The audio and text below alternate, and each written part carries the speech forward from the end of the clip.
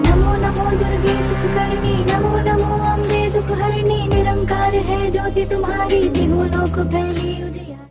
नमस्कार दोस्तों, हरे कृष्णा, राधे राधे, जय माता दी। नवरात्रि की बहुत सारी शुभकामनाएं। आज की वीडियो में हम देखेंगे सरल उपाय से किस प्रकार से हम घर पर नवरात्रि पूजन करेंगे। पहले दिन की पूजा हमें कैसे करनी है, तो बिल्कुल सरल सादा तरीके से दिखाऊंगी। सुबह सुबह उठ के नहा धो के अच्छे अच्छे वस्त्र पहन लीजिए, घर को साफ सफाई कर लीजिए, चौकी सजा लीजिए और जहाँ पे माँ का दरबार लगेगा कोशिश करें थोड़ी सी दरबार को अच्छी तरह से सजा लेने के लिए।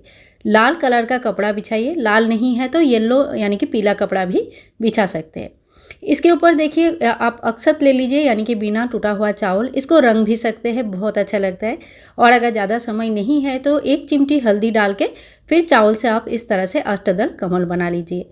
अष्टदल कमल बनाना नहीं आता है तो सिर्फ चावल का एक गोला बनाकर भी उसके ऊपर आप घट का स्थापना कर सकते हैं। घट स्थापना आप कोई भी मिट्टी या तांबे का या तो कांसा पीतल का भी घट जो है ना ले सकते हैं, पीतल का भी। मैंने यहाँ पे पीतल का लिया है। और सबसे पहले घट में गंगा जल डाला जाता है, फिर शुद्ध जल से कंठ तक भरा जाता है। फिर घट की कंठ में इस तरह से हम मौली लपेट लेंगे, क्योंकि घट को खाली नहीं छोड़ा जाता है तो कंठ में मौली लपेटा जाता है। इसके बाद हम रोली से या कुमकुम से या अष्टगंधा से हम यहाँ पे बनाएंगे स्वस्तिक। आप जो है ना घट को बहुत अच्छी तरह से सजा लीजिए। मैंने यहाँ पे डेमो स्वरूप आप लोगों को पूजा दिखा रही हूँ। अपने अपने हिसाब से आप घट को स्थापना करें। अष्टदल कमल को रंगीन चावल से सुंदर करके सजा सकते हैं, तो अपने अपने क्रिएटिविटी के हिसाब से माता के दरबार आप सजा सकते हैं। इसके बाद देखिए हम लोगों ने हल्दी की भी टीका लगा दिया है। हल्दी और कुमकुम दोनों ही बहुत मांगलिक होता है, शुभ होता है और माता की आगमन हो रहा है, तो इसलिए हल्दी और कुमकुम के यूज़ आप जरूर करें। देखिए 1 टुकड़ा हल्दी के गांठ, 1 रुपये का कॉइन, 1 सुपारी, 2 लौंग, 1 इलायची, थोड़ी सी दुर्बा घास आपको लेनी है, थोड़ी सी इत्र आपको लेनी है। ये सारे जल में डालकर हमें घट स्थापना करनी है, ठीक है। तो देखिए ये मैंने जल में डाल दिया और दुर्बा घास हम डालते हैं। फूल देखो बहुत लोग डालते हैं, लेकिन फूल में क्या होता है ना, 9 दिन बाद वो सड़ जाता है तो स्मेल आने लगता है। तो फूल अवॉइड करें, फूल घट के अंदर ना डालें पानी में, फूलों से बाहर से आप सजा सकते हैं, इससे कोई प्रॉब्लम नहीं होगी। इसके बाद देखिए आप 5 या 7 आम का या अशोक का पत्ते ले लीजिए। पान का पत्ते भी आप ले सकते हैं। पत्तों को अच्छी तरह से धोकर फिर हमें रखनी है। इसके ऊपर चावल से भरा एक पूर्ण पात्र हम रख देंगे। अब जो है ना पत्ते आप आम का लेंगे तो सबसे अच्छा है, क्योंकि थोड़ा सा मोटा पत्ते होता है तो ज़्यादा दिन तक हरा रहता है।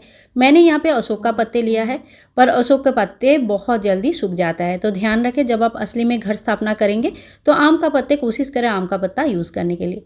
अब इसके बाद पत्तों में भी हम लगाएंगे हल्दी और कुमकुम का तिलक करेंगे। तो इस तरह से देखिए हर एक पत्ते में हम तिलक करेंगे। जो नारियल है, नारियल का मुँह जो है ना पुजारी की तरफ होता है, यानी कि जहाँ पे 3 डॉट बना रहता है, जो फेस होता है नारियल का, वो पुजारी के जो जहाँ पे आप बैठेंगे उस तरफ उनका फेस होगा, ठीक है, जिस तरह से आपको दिख रहा है। तो इस तरह से नारियल को एक कलावा या चुनरी लपेट के चावल के ऊपर नारियल को रखा जाता है। तो देखिए बहुत ही आसान विधि से हमने घट स्थापना कर लिया है। अब जो है चावल का आसन लगाएंगे और अखंड दीपक का स्थापना करेंगे, ठीक है। अखंड दीपक आप चाहे तो घी का जला सकते हैं, तिल का तेल का जला सकते हैं। आपके यहाँ पे अगर प्रचलन है सरसों का तेल का तो वो भी जला सकते हैं, लेकिन कोशिश कीजिए घी या तिल का तेल का जलाने के लिए, ठीक है। अखंड दीपक को भी हम रोली कुमकुम से अच्छी तरह से उनको पूजन कर लेंगे, क्योंकि अखंड दीपक 9 दिनों तक प्रज्वलित रहना चाहिए।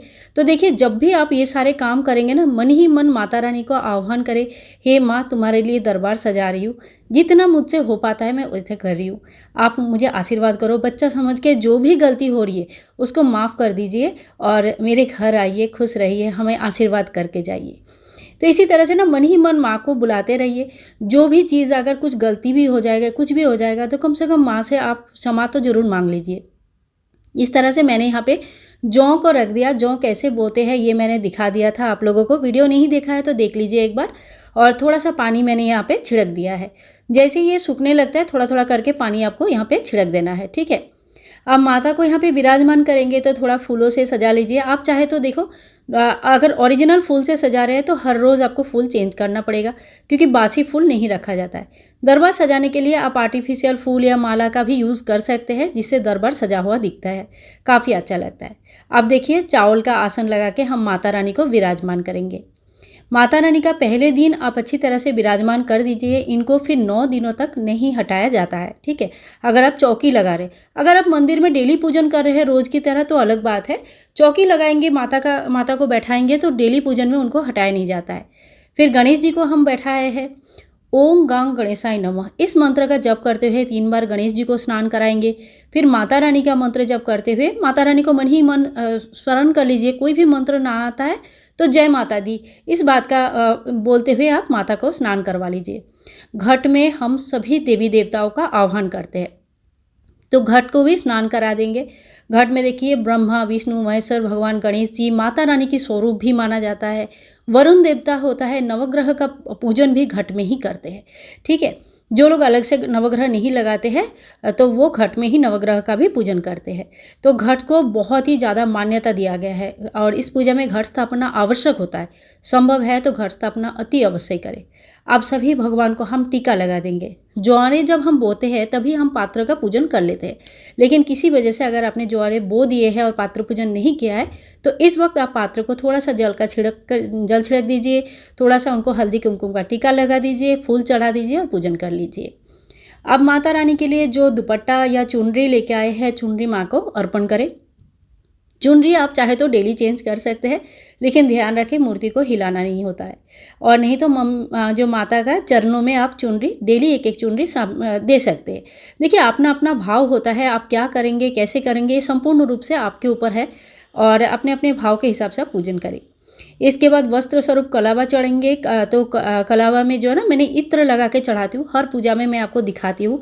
जो मूर्तियों में इत्र आप डायरेक्ट भी लगा सकते हैं, लेकिन अगर आपका मिट्टी की मूर्ति है इस तरह का है तो कलावा में इत्र लगा कर चढ़ा सकते हैं।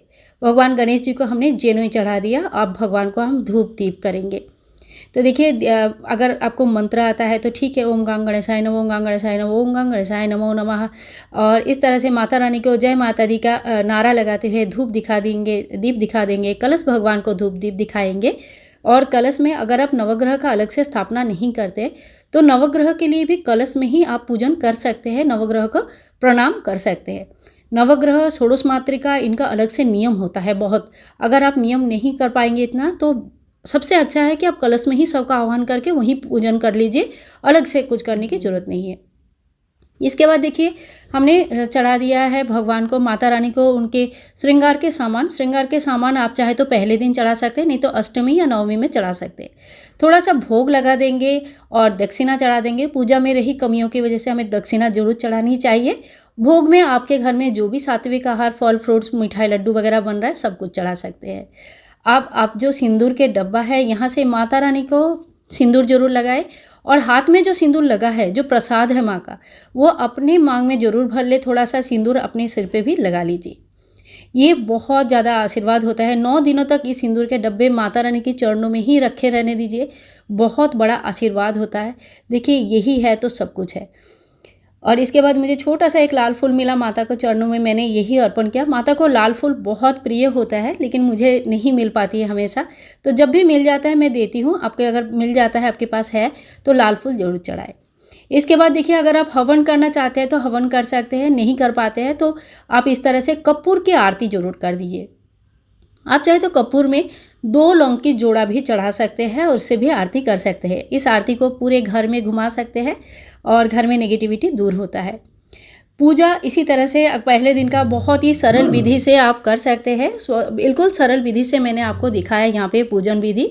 और बाकी देखो नवग्रह स्थापना, षोडश मातृका स्थापना इत्यादि कर सकते हैं।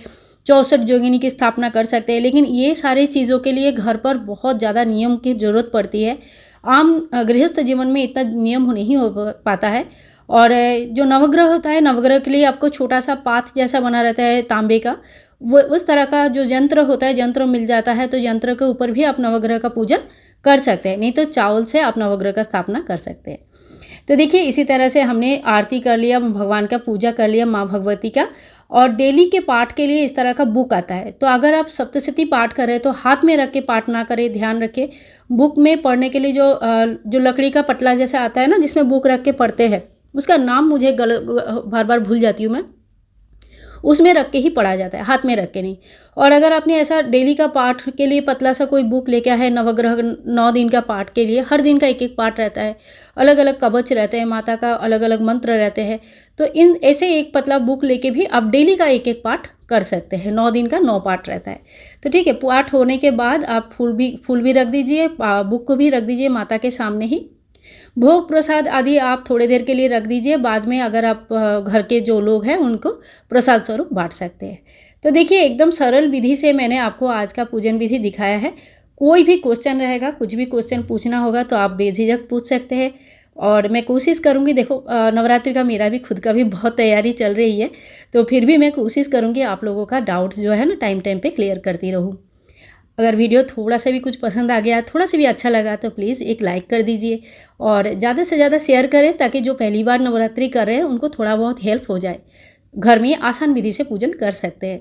मिलते हैं नेक्स्ट वीडियो में, तब तक के लिए सभी लोगों को राधे राधे, हरे कृष्णा, जय माता दी।